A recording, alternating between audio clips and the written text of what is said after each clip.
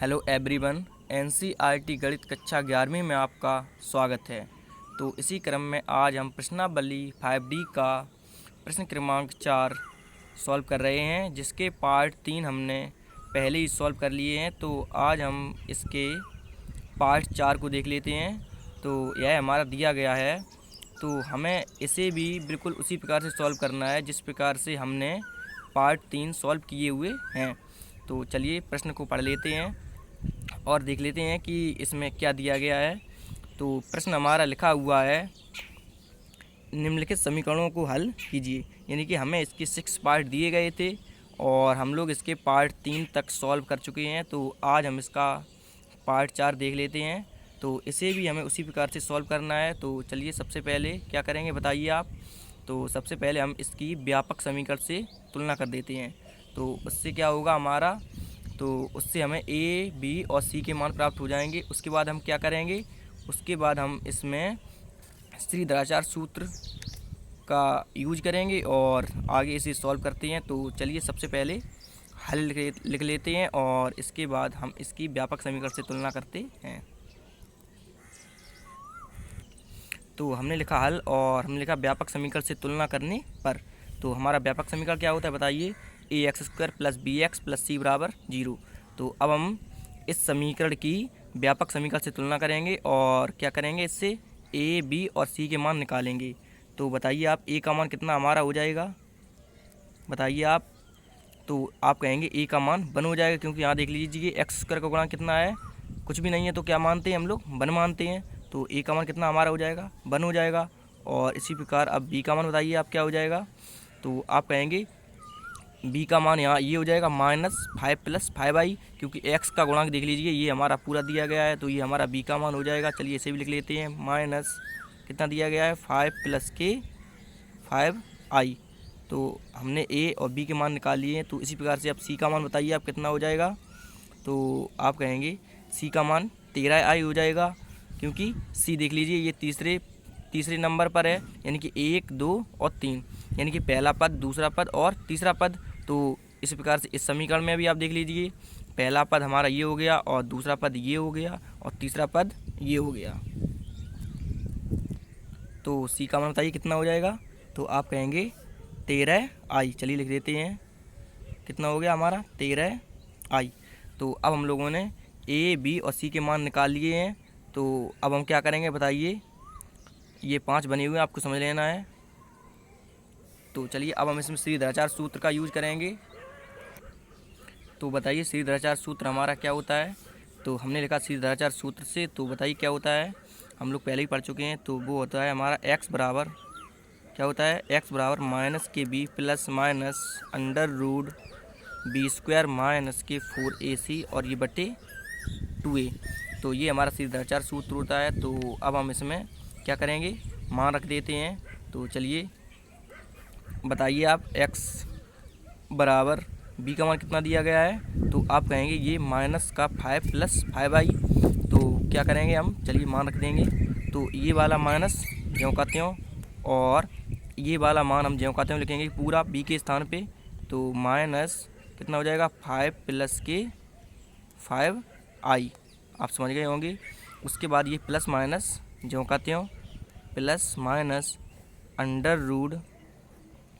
√b², यानी कि b का मान बताइए कितना है, ये माइनस का 5 + 5i। तो हम ये लिख देंगे -5 + के 5i और देख लीजिए स्क्वायर है। तो चलिए हम भी इसका वर्क कर देते हैं पूरे का। तो हमने ये वर्क कर दिया। तो इसके बाद आगे देख लेते हैं, -4 ज्यों का त्यों ए का मान बताइए कितना है, देख लीजिए। तो ए का मान 1 है। चलिए इसे लिख देते हैं। तो चूंकि ये तीनों गुणा में है तो हमने गुणा का साइन लगा दिया है और इसे आप थोड़ा बढ़ा सकते हैं। उसके बाद फिर गुणा का साइन लगाएंगे और सी का मान कितना है, देख लीजिए 13i। चलिए इसे भी लिख देते हैं। तो हम लिखेंगे 13i और ये बटे ज्यों का त्यों। उसके बाद 2 और ए का मान देख लीजिए कितना है। तो आप कहेंगे ए का मान 1 है। चलिए इसे भी लिख देते हैं। तो ए का मान 1। तो अब हम इसे सॉल्व कर लेते हैं आगे। तो अभी हम लोगों ने कुछ नहीं किया है, अभी हमने केवल इसमें क्या किया है, मान रखे हुए हैं। तो अब हम इसे सॉल्व करते हैं, देख लीजिए आप ध्यान से देखिए। तो x बराबर क्या हो जाएगा, इस माइनस का अंदर इसमें गुणा करेंगे तो ये प्लस हो जाएगा, तो ये हमारा पूरा पद किसका हो जाएगा, प्लस का। चलिए इसे लिख देते हैं 5 + 5i ज्यों का त्यों, और उसके बाद ये प्लस माइनस भी आपको ज्यों का त्यों लिखना है। अंडर रूट कितना हो जाएगा बताइए, तो ये देख लीजिए -5 + 5i यानी कि माइनस का वर्ग, यानी कि देख लीजिए स्क्वायर लगा हुआ है तो माइनस का वर्ग तो प्लस हो जाएगा। अब हमारा क्या बचेगा 5 + 5i, तो हम इसमें a + b का होल स्क्वायर यूज करेंगे। फॉर्मूला हमारा होता है a² + b² + 2ab, तो क्या होता है a² यानी कि 5 का वर्ग कितना हो जाएगा 25 a² अब प्लस b², 5 का वर्ग 25 और i साथ में है तो i का भी वर्ग हो जाएगा, तो क्या हुआ a² और प्लस b², यानी कि a का वर्ग प्लस b का वर्ग। अब प्लस 2ab, तो क्या होगा +2 और इंटू इन दोनों का गुणा, 2 में इन दोनों का गुणा होगा, तो 5 × 25, 25 दूनी कितना हो जाएगा 50, और ये i भी साथ में हो जाएगा, तो आप समझ गए होंगे। और ये माइनस का 4 का 1 में गुणा करेंगे तो क्या हो जाएगा बताइए 4 ही आएगा, और ये हमने ज्यों का त्यों लिख दिया, और इंटू ज्यों का त्यों। अब ये 13i भी लिख देते हैं, उसके बाद बटे 2 का गुणा 1 में करेंगे तो ये कितना आएगा 2 ही आएगा, तो x बराबर आगे क्या हो जाएगा 5 + 5i, और ये प्लस माइनस अंडर रूट कितना हो जाएगा बताइए, तो ये 25 हम ज्यों के त्यों लिखेंगे। और अब देख लीजिए ध्यान से, तो i² का मान कितना होता है बताइए आप, सम्मिश्र संख्याओं में i² का मान कितना होता है -1 का गुणा ये प्लस के 25 में करेंगे तो कितना हो जाएगा बताइए -25 हो जाएंगे।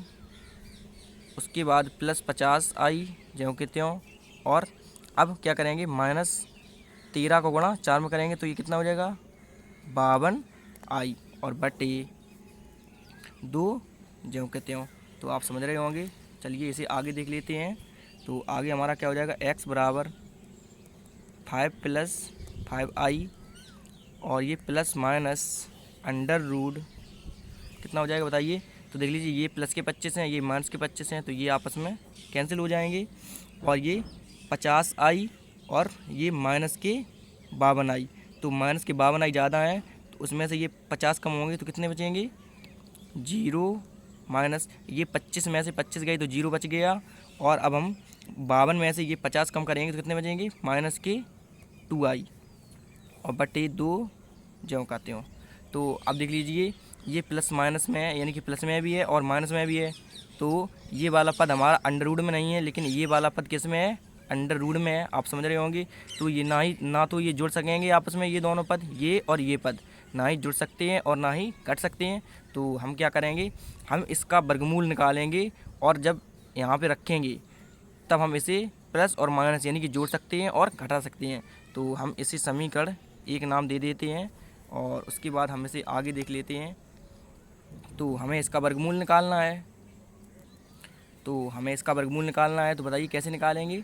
तो चलिए इसे लिख लेते हैं, किसका वर्गमूल निकालना है √0 माइनस के 2i, इस संख्या का वर्गमूल निकालना है। तो हम लोग वर्गमूल कैसे निकालते थे, हम लोग पहले भी निकाल चुके हैं। तो हम एक सम्मिश्र संख्या मान लेंगे a, और प्लस या माइनस किस पर डिसाइड करता है हमारा ये बीच वाला साइन देखकर, यानी कि बीच में जो चिन्ह होता है उसी के हिसाब से हम यहाँ पे माइनस या प्लस लगाते हैं। तो अगर माइनस है तो क्या लगाएंगे माइनस लगाएंगे, और अगर प्लस होता है तो प्लस लगाएंगे, और vi, तो ये हम लोगों ने क्या मान लिया है इसका वर्गमूल ये माना हुआ है हम लोगों ने, यानी कि √0 माइनस के 2i का जो वर्गमूल है हमारा हमने कितना माना हुआ है a माइनस के bi। तो आप लिख भी सकते हैं ब्रैकेट में माना, क्योंकि अभी ये क्लियर पता नहीं है। अभी हम इसे सॉल्व करेंगे, यानी कि दोनों पक्षों को वर्ग कर देंगे। उसके बाद जब हम इसे आगे सॉल्व करेंगे तब हम a b के मान निकाल के यहाँ रखेंगे, तब हमें √0 माइनस के 2i का क्लियर वर्गमूल पता चल जाएगा। तो ऊपर समीकरण 1 हो गया है, तो अभी हम इसमें a और b के मान रखेंगे, तो इससे समीकरण 2 नाम दे देते हैं, आप समझ गए होंगे। तो अब हम क्या करेंगे, तो अब हम दोनों पक्षों का वर्ग कर देते हैं। तो लिखते हैं दोनों पक्षों का वर्ग करने पर, तो हमने लिखा दोनों पक्षों का वर्ग करने पर, तो चलिए वर्ग कर देते हैं। तो √0 माइनस के 2i का वर्ग कर दिया, और इसी प्रकार से इसका भी वर्ग कर देते हैं। तो a माइनस bi का भी वर्ग कर देते हैं। चलिए तो ये स्क्वायर से ये अंडर रूट हमारा कैंसिल हो जाएगा। उसके बाद इसमें हमारा क्या बच जाएगा, देखिए केवल 0 माइनस के 2i और बराबर ये इस साइड हमारा क्या हो जाएगा, a माइनस बी का होल स्क्वायर। तो क्या होता है फार्मूला हमारा, a माइनस बी का whole square, a square plus b square minus के 2ab। तो क्या होता है ए स्क्वायर यानी कि ए स्क्वायर और प्लस बी स्क्वायर यानी कि इसका वर्ग हो जाएगा इस पूरे पद का, बी आई का वर्ग क्या हो जाएगा बी स्क्वायर और i square, a square plus b square minus क्या हो जाएगा 2a यानी कि आप पहले b लिख सकते हैं या a, तो चलिए पहले हम a लिख देते हैं। तो ये क्या हो गया 2abi। तो आप समझ गए होंगे ये हमारा 2abi लिखा हुआ है। उसके बाद हम इसे आगे देख लेते हैं।